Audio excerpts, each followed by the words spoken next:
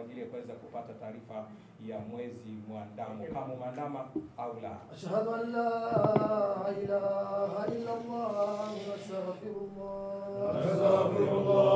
Nas'aluka al-jannata ilahi wa na'udhu bika minan nar.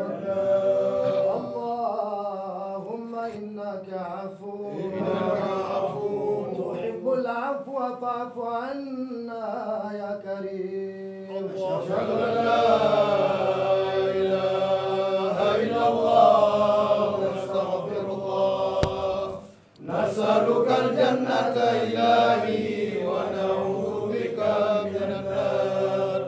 Allahumma innaka afuwwun tuhibbul afwa fa'fu anna ya karim. Bismillahirrahmanirrahim. Assalamu alaikum wa rahmatullahi wa barakatuh. Alhamdulillah wassalatu wassalamu ala rasulillah Sayyidina Muhammad wa ala alihi wa sahbihi ajma'in. Amma ba'd. Tumepokea taarifa za kuandama kwa mwezi mtukufu wa Ramadhani kupitia katika kamati yetu ya mwezi, taarifa ambazo tumezipata kutoka maeneo mbalimbali hapa nchini kama vile Singida na kwengineko.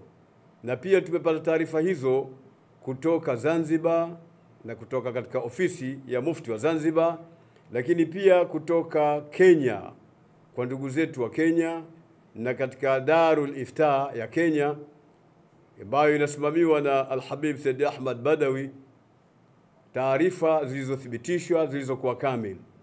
Na kupitia kamati ya mwezi ya Baraza Kuu la Waislamu Tanzania BAKWATA, mimi kama mufti wa Tanzania nimethibitisha kuandama kwa mwezi huo wa Ramadhani.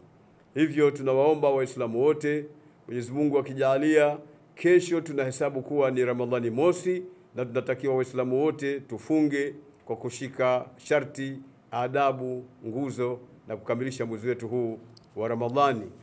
Tunamuomba Mwenyezi Mungu Subhanahu wa Ta'ala tujalie kuwa ni watu tutakaofunga mwezi wa Ramadhani kipindi hiki, na tunawaomba Waislamu wote popote walipo, kwa yule ambaye hana taarifa apewe taarifa ili ajue kama mwezi wa Ramadhani umeandama. Wallahu waliyyu tawfiq. Ashhadu an la ilaha illa Allah wa astaghfirullah. Nas'aluka al-jannata ilahi